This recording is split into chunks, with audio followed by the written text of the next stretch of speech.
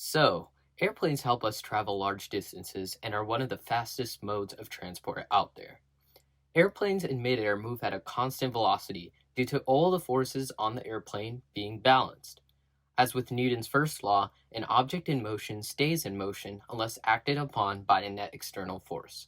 In midair, the forces of lift and gravity on the airplane are balanced and cause the plane to have no acceleration in the y direction. In the x direction, the forces of thrust and drag are balanced, causing the plane to have a constant velocity forward without any acceleration. However, for the plane to rise from the ground into the air, forces must be unbalanced, as the plane accelerates from rest to flying in the air. To get the plane running on the airstrip, the jet engine has to provide a thrust force.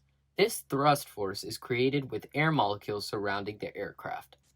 The curved fan blades in the engine rotate to pull in air and eject them at high speeds backwards in the form of exhaust, creating a pushing force. The reason the airplane moves forward although it pushes the air molecules backward is due to Newton's third law, which states for every action there is an equal and opposite reaction. The air inside the engine passes through a compressor, combustion chamber, and also through turbines. Fuel is used to mix with air, releasing exhaust, thrusting the airplane forwards. In the air, a drag force is exerted on the plane in the opposite direction as the thrust force due to other air molecules hitting the outside of the aircraft. In the air, this drag force is balanced with the thrust force, causing it to have a constant velocity. Jet engines are used to accelerate the airplane in the x direction, but what causes the airplane to fly upwards into the air? Well, in the y direction, the force of lift pulls up on the airplane and the force of gravity pulls down. To accelerate upwards, the plane must have a larger lift force than the force due to gravity. Lift is caused by the air molecules hitting the bottom sides of the wings upward with a larger force than the air molecules hitting the upper side of the wings downwards. When the wings are adjusted to have a curved shape and have an inclined angle, the bottom of the wing is hit with a larger force from the air molecules.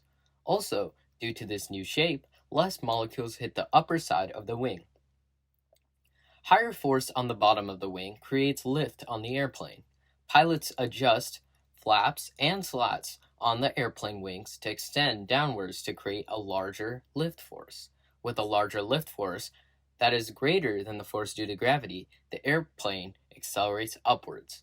In the air, flaps and slats are readjusted to create a lift force equal to the gravitational force of the plane, causing it to stay at the same vertical point in the air. The forces of thrust, drag, lift, and gravity all contribute to making an airplane fly. Subscribe, and I'll see you in the next video.